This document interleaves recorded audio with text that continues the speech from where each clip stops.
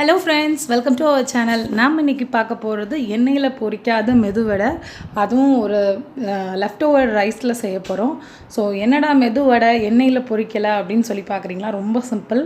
உங்களுக்கு எவ்வளோ சாதம் வேணுமோ அந்தளவுக்கு சாதத்தை எடுத்து மிக்ஸி கப்பில் போட்டுக்கோங்க. நான் 1 கப் ரைஸ், 1/4 கப்புக்கு கம்மியாக தண்ணி, நிறைய தண்ணி போயிடுச்சுன்னா நல்லாவே இருக்காது. ஸோ 1/4 கப்போட கம்மியாக தண்ணி, 3 டேபிள் ஸ்பூன் அளவு ரவா, நம்ம நார்மலாக வீட்டுக்கு யூஸ் பண்ணுறோம்ல சுஜி, அது போட்டுக்கலாம். போட்டு மிக்ஸ் பண்ணிடுங்க. அதுக்கப்புறம் ஒரு பெரிய வெங்காயத்தை பாதியாக நறுக்கி அது போட போகிறோம். நைஸாக சாப் பண்ணி, இஞ்சி, பச்சை மிளகா, கொஞ்சமாக கொத்தமல்லி. ரொம்ப இது வெங்காயம் இதெல்லாம் நிறையா இருந்துச்சுன்னா நல்லா இருக்காது. ஸோ அதனால் மீடியமாகவே போடுங்க, ரொம்பலாம் நிறையா போட வேணாம். உங்களுக்கு கொஞ்சம் வாட்ரியாக ஃபீல் பண்ணிங்கன்னா இன்னும் கொஞ்சம் செமோலினா ரவா கூட சேர்த்துக்கலாம். கலருக்கு கொஞ்சமாக மஞ்சத்தூள் போட்டிருக்கேன், அது ஆப்ஷனல் தான், உங்களுக்கு விருப்பம் இல்லைன்னா வேணாம். இப்போ நம்ம குழிப்பணியார சட்டி எடுத்துகிட்டு லைட்டாக எண்ணெய் இந்த மாதிரி எல்லா குழியிலையும் எத்தனை நீங்கள் போட போகிறீங்களோ அதிலலாம் ஆயில் தடவிக்கோங்க. நீங்கள் ப்ரஷ் வச்சு கூட தடவலாம். கையில் லைட்டாக ஆயில் எடுத்துக்கிட்டு சின்னதாக ஒரு பால் எடுத்து நம்ம அதில் இப்போ நம்ம எப்படி மெதுவடைக்கு ஓட்டை செய்வோமோ அதே மாதிரியே செய்ய போகிறோம். ஸோ பாருங்கள், நடுவில் ஒரு ஹோல், கையில் கொஞ்சம் எண்ணெய் வச்சுக்கிட்டிங்கன்னா உங்களுக்கு ஈஸியாக இருக்கும்.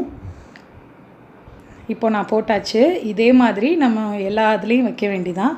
ரொம்ப ஒரு சுலபமான ரெசிபி, அதுவும் ஒரு இன்ஸ்டண்ட்டாக ஃபாஸ்ட்டாக. ஆயில் கிடையாது. நிறைய பேர் நீங்கள் கேட்குறீங்க நிறைய ஆயிலில் உள்ளதான் போடுறீங்க அப்படின்னு சொன்னனால தான் நான் அது ஆயிலே கம்மியாக, மொத்தமே 1.5 ஸ்பூன் ஆயில் தான் இருக்கும். ஸோ வச்சாச்சு. இப்போது கொஞ்சமாக ஆயில் போட்டுக்கிட்டு திருப்பி விட வேண்டியதான். இப்போது ஓரளவுக்கு நல்லா வெந்து நல்லா நமக்கு வரும், அதுவே தெரியும்.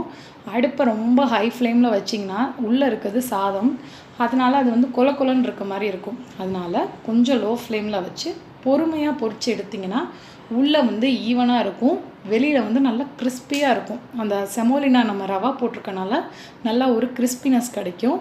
உள்ளே சாஃப்டாக இருக்கும் ரைஸ் இருக்கனால. இப்போ சரியாக வேகலைன்னா உள்ளே எப்படி இருக்குன்னா கொல கொலப்பாக இருக்கும். அதனால் அதை அட்ஜஸ்ட் பண்ணி நீங்கள் பண்ணணும். ரொம்ப போட்டு அதை வேக விடாமல் சும்மா ஹை ஃப்ளேமில் வச்சு எடுத்திங்கன்னா சுத்தமாக நல்லா இருக்காது. ஸோ ஏன்னா நான் ஒரு வடை அப்படி எடுத்தனால உங்களுக்கு சொல்கிறேன்.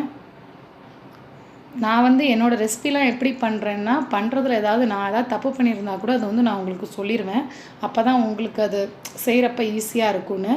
இப்போது எல்லாமே எடுத்தாச்சு. பார்க்கவே செம்ம அட்ராக்டிவாக சூப்பராக இருக்குது. ட்ரை பண்ணிவிட்டு எப்படி இருந்துச்சுன்னு சொல்லுங்கள் ப்ளீஸ். பட் ஸ்டோப்லமாக சப்ஸ்கிரைப் பண்ணிக்கோங்க. தேங்க்யூ.